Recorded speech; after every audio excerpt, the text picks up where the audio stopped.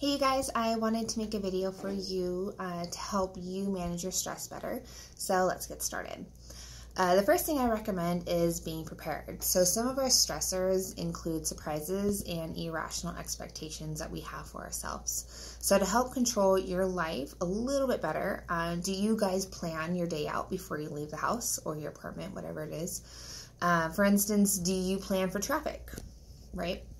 Do you think of all the scenarios, and I know it's really hard, things that could happen, and what's your backup plan? You have your plan A, because obviously you're going to do that, but if this happens, do you have a plan B?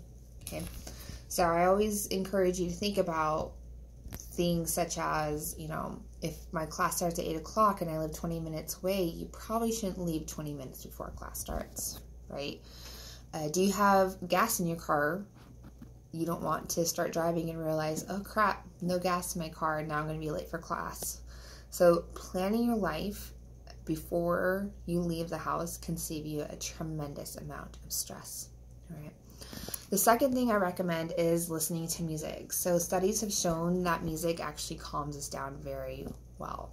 And everybody has their own taste in music, but I also want you to think about what it is you want your music to do for you. For instance, when I go work out, I'm not going to go listen to Bob Marley, right? That's not going to pump me up. But if I'm sitting there a little stressed, I might listen to some Bob Marley, maybe some classical music in there. So stress is a great way for you to reduce. Did I say stress? Music is a great way to reduce your stress, but being mindful of the music that you play. I'm a heavy metal fan. If I'm stressed, I'm not going to go listen to heavy metal. It's kind of going to pump me up even more and probably stress me out just a little bit more. So I realize that I need to listen to music that helps reduce my stress. The third thing I'm going to recommend is your diet. Your gut, there's studies that show your gut is like your second brain. So being able to eat healthy, you're going to feel better, right? And your brain is actually going to function better if you have a healthier diet. So instead of running to the drive-thru, could you, park at Food 4 Less for a quick minute or two, run in, grab some bananas and some grapes, get a bag of carrots in there, and that's your lunch or dinner, whatever it is. But trying to avoid drive-thrus and just walking through or walking to the store and picking some produce up. 4 is staying away from your phone. I know we naturally tend to gravitate to our phone, and sometimes it adds more stress to us because it reminds us of the things we have to do, and it just adds on to what you might already be feeling.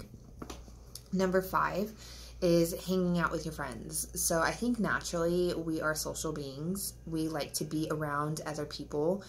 A lot of people who are often depressed tend to stay away from people, and that's the exact opposite that we should be doing. We should be engaging with our friends. We should be talking to them. If we're running through maybe some concerns, we are having that negative tension, could we talk with our friends and they can relate to our problems, and maybe even give us some suggestions on how to reduce some of that negative tension that you feel. Number 6, deep breathing exercises. So research has shown that the 2 best ways to reduce your stress is 1, deep breathing, and then 2, exercise. You guys already know the importance of exercise, but deep breathing. And so what I usually recommend is a 4-7-8 method, and how you do that is making sure that you breathe everything out of your lungs and breathing through your nose for 4 seconds, holding for 7, and then pushing that out of your lungs for 8 seconds. And so it's important that when you're doing these deep breathing exercises, you're not breathing from your chest and you're expanding your stomach, all right? And last but not least, and I really try to hold on to this because sometimes our emotions get the best of us, but I use this theory a lot, and for me it's really helpful. It kind of just grounds me and centers me, is if you're not going to remember it in 5 years, why give it 5 minutes? Meaning, if your friend makes you upset, in 5 years from now, it's not going to matter. Why even give it 5 minutes to think about? Go for a walk. Go take some deep breaths. Listen to some music. And those are some better ways to manage your stress rather than giving it all this mental effort and you are upset and you are maybe saying things you don't want to say or thinking things you don't want to think.